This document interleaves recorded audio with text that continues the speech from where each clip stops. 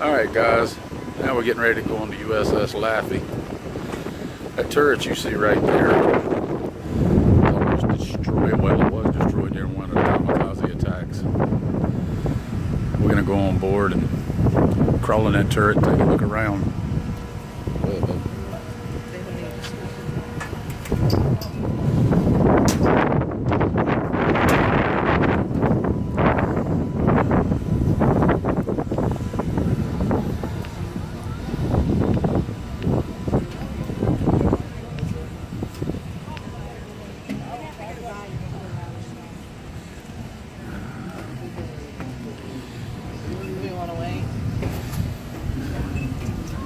Here's a picture of this same turret after a kamikaze attack.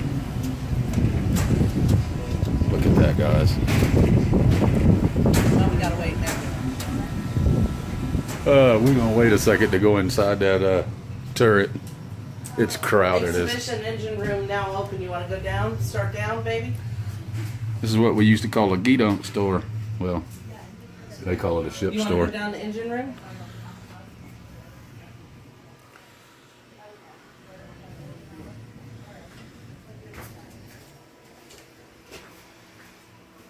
Oh, I'm sorry. I think so.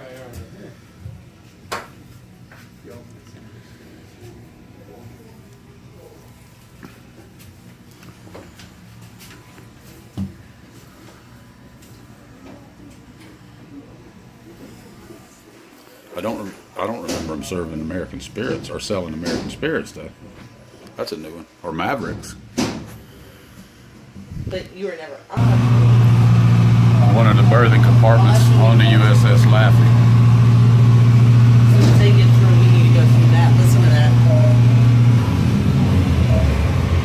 We went through it last year, though.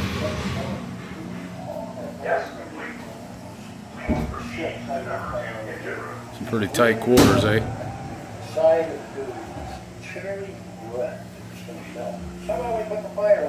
Now we're gonna go ahead and enter the engine room.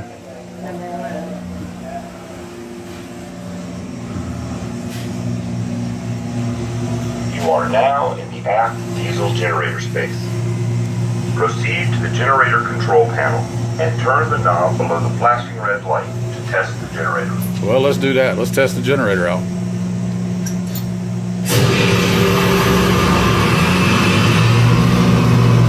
Huh, I guess it works.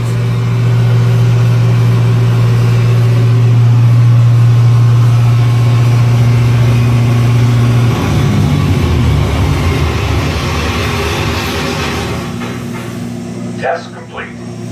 Please proceed to the number 2 engine room. Okay. Let's go to the number 2 engine room.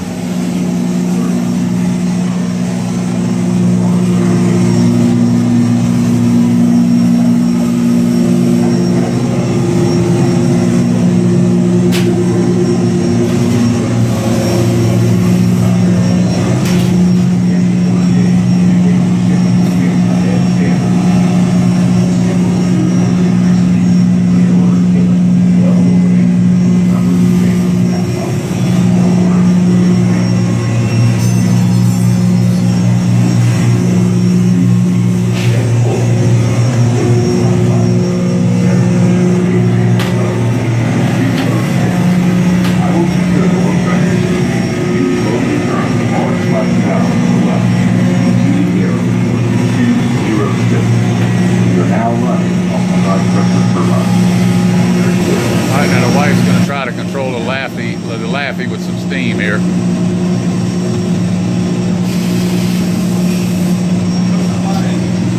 See if she's any good at it. Oh, she broke it already. It didn't touch a thing. Maybe I gotta wait. Oh, party's over. The wife messed it up for everybody.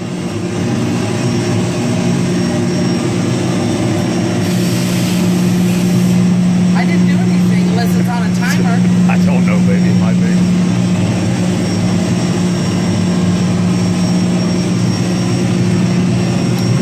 Welcome to the after engine. Here we go. Let's see if the you want wife to can operate control the it. engines, listen carefully. and I'll show you what to do. Right now, you're standing at the gauge board. This provides power to the turbines that spin the ship's propeller. The throttle for the number 2 engine is the large black wheel on the far left. It controls steam into the turbine to make the propeller spin. The large round gauge with the yellow numbers shows how fast the shaft is turning. It has to match the numbers in that black box below it. At present, it's set at 135 RPMs, which is about 15 knots. The engine order gauge indicates the ship is moving ahead standard. The skipper will soon want to increase speed. When an order is given, the bell will ring and the numbers will change in that box. Don't worry, you'll get the hang of it. We just received an order to increase speed ahead full. Look at the black box. It says we need to increase propeller speed to 206. I will secure the low pressure system. You slowly turn the large black valve to the left until you see the arrow point to 206. We are now running off the high pressure turbine. Okay, nice job. We're about to rejoin the task group. Be prepared to adjust speed again. Bridge to engine room. Speed change has been ordered. Confirmed by turning the black wheel to the left.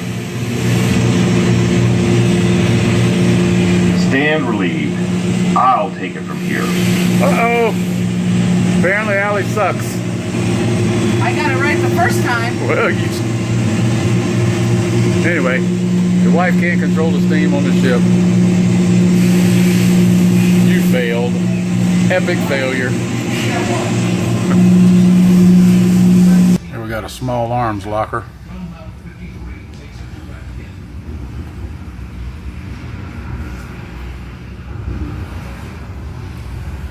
And we're going to continue to head forward. Well, it's air conditioning back there too, where that movie is, but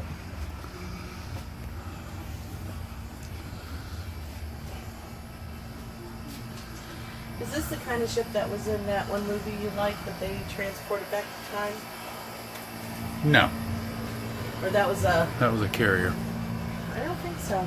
Yeah. The final countdown? Yeah. Yeah, it's a carrier. Sick bay. E.T. shop? E.T. phone home.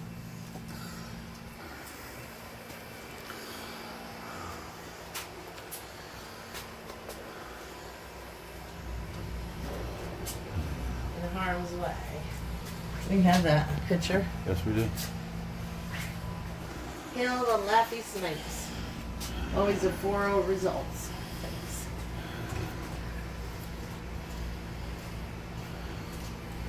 Got this print hanging above my fireplace.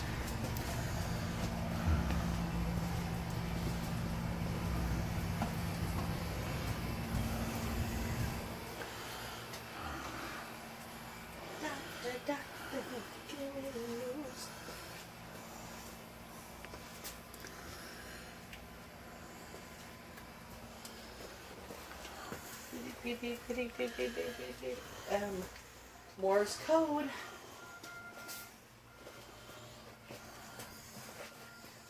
Coming up on the bakery in Galley. Ooh, look at that pizza. Yum. Looks like some Little Caesar stuff there. Yummy. Not much larger than a home kitchen. This gallery served 350 people 4 times a day. Maybe I'm just going to let you narrate. Sorry, I was reading. You're doing a wonderful job. I'll do it. Down or straight? You need to go to galley? No, I'm trying to quit. This is the captain's wardroom.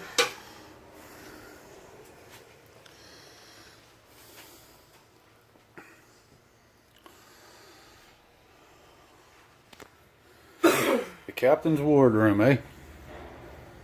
The Secretary of the Navy, Washington. I need to read this. Let me get my speaking voice on. The President of the United States takes pleasure in presenting the Presidential Unit Citation to United States ship Laffey DD-724 for services set forth in the following citation. for extraordinary heroism in action as a picket ship on radar picket station number during an attack by approximately 30 enemy Japanese planes, 30 miles northwest of the northern tip of Okinawa, April 16, 1945. Fighting her guns valiantly against waves of hostile suicide planes plunging towards her from all directions. The USS Laffey set up relentless barrages of anti-aircraft fire during extremely heavy and concentrated air attack.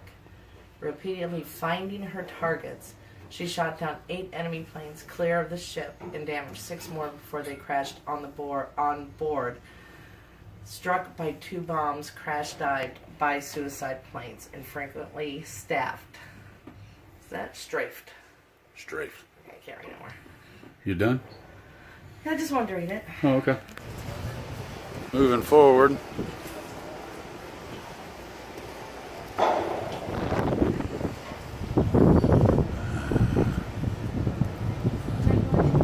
Not yet.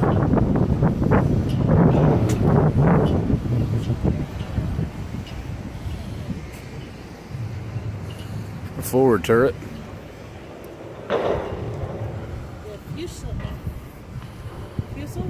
Forecastle.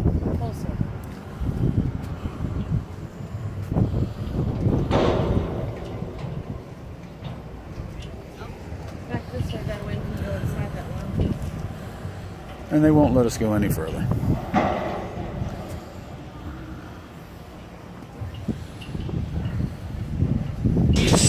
Now we're on the bridge of the Laffey. Still out there. The helm. Engine order telegraph. Waiting our turn to go in here. Response: America's first ballistic missile submarine, the USS George Washington, left a secret facility in Charleston, carrying Polaris missiles with nuclear warheads. Captain's sea cabin. 40 more ballistic missile submarines have been commissioned since. And it is time to exit.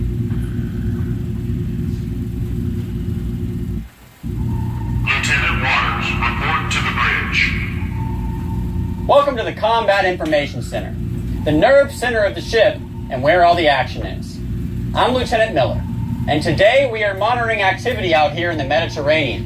And with the Cold War, there's plenty of activity, particularly with the Russians.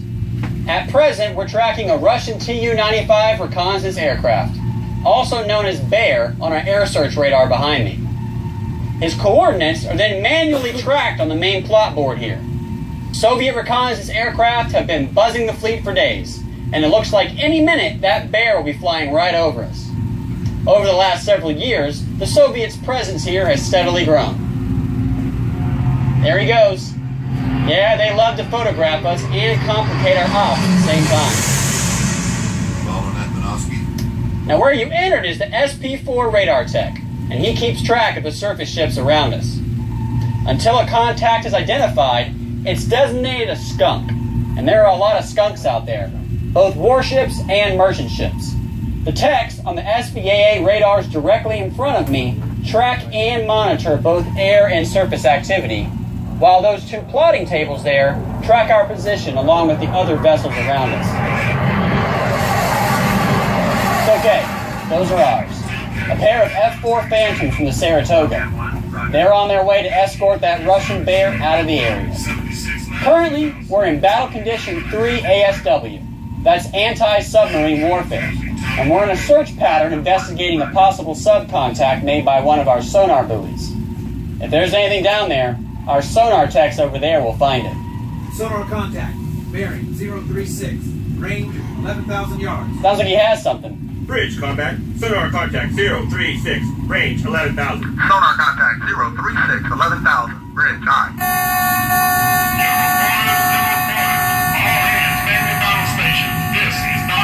This has quickly turned into a very serious, high-risk situation. It appears sonar has pinged a sub about 6 miles off our starboard bow. Way too close for comfort. And if it's a Soviet sub, that puts us in the range of his torpedoes.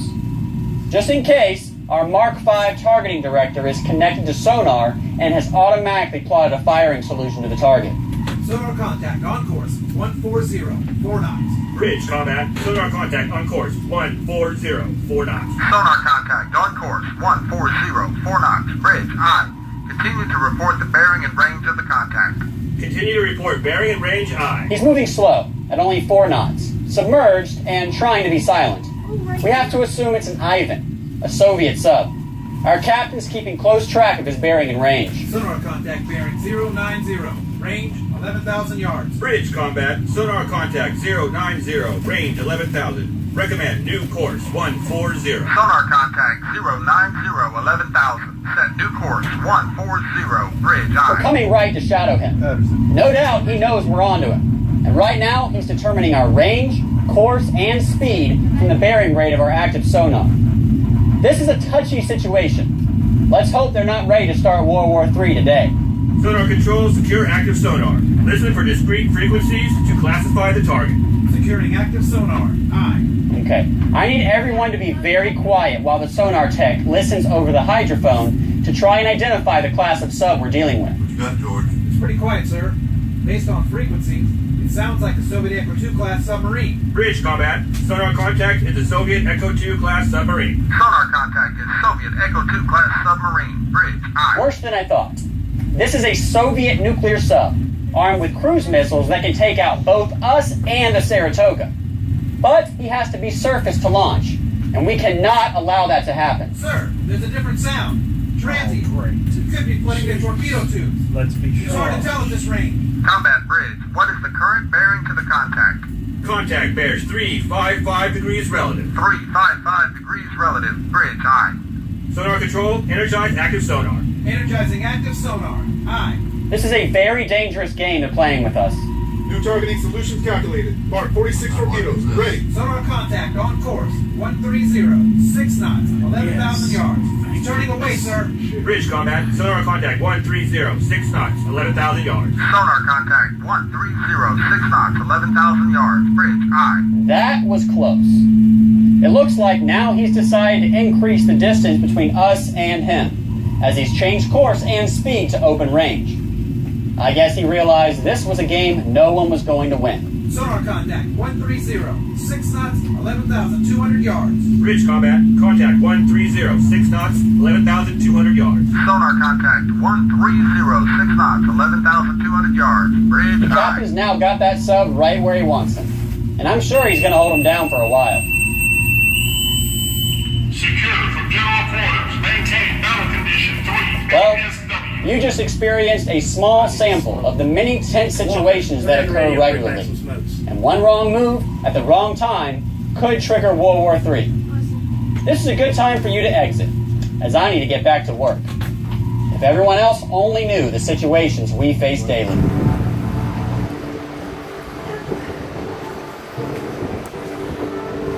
Here, babe, I'll see your thing. You're fine. All right, then, that's the button.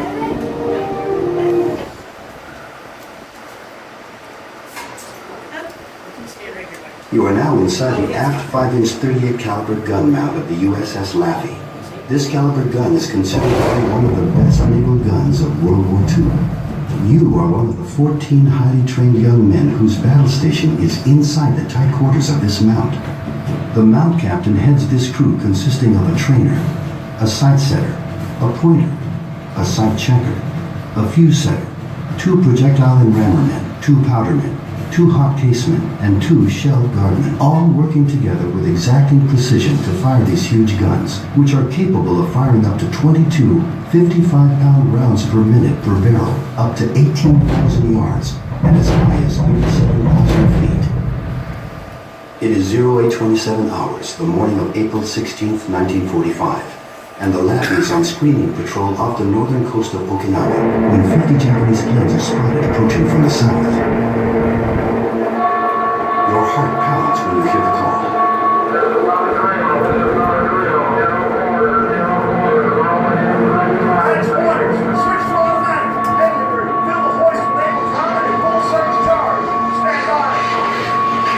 At 0830 hours, 4 of the planes break formation, making a kamikaze run.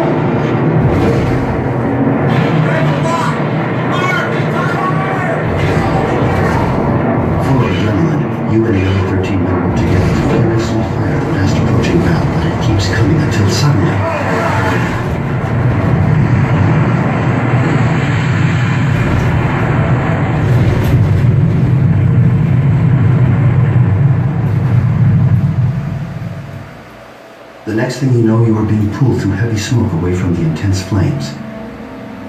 You are one of the fortunate ones as the kamikaze plane disintegrates on impact, ripping open the side of the gun mount, with a major explosion from the bomb it was carrying, which in turn ignited the adjacent powder magazine, starting a major fire. 6 of your buddies who were only feet away from you are killed.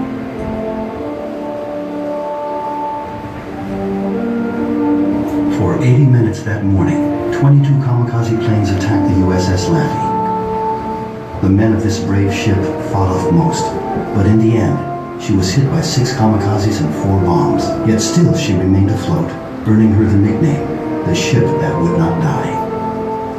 On April 16, 1945, 26 men along with the 6 young men inside this mount died during the attack. 71 additional men were wounded. These men sacrificed while bravely fighting off what is now one of the most fierce kamikaze attacks in naval history. They were someone's son, brother, grandson, even father, and this day they gave all for our country. We now honor them by providing you a small look into what they experienced that historic day. We must never forget their service nor their sacrifice for our nation.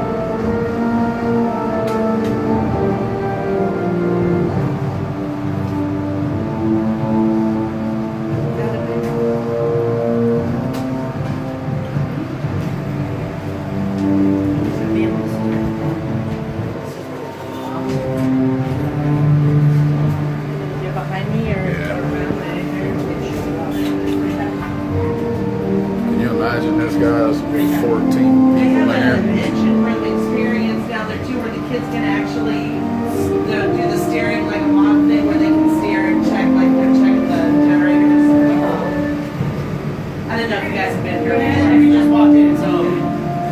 Have you been to the Patroits Point before? Kids probably love the Apollo 8. They got in there, that they can actually edit all this stuff. So it's like when we get home, you're gonna edit it all. 14 guys in this little room, guys. 6 of them died that day.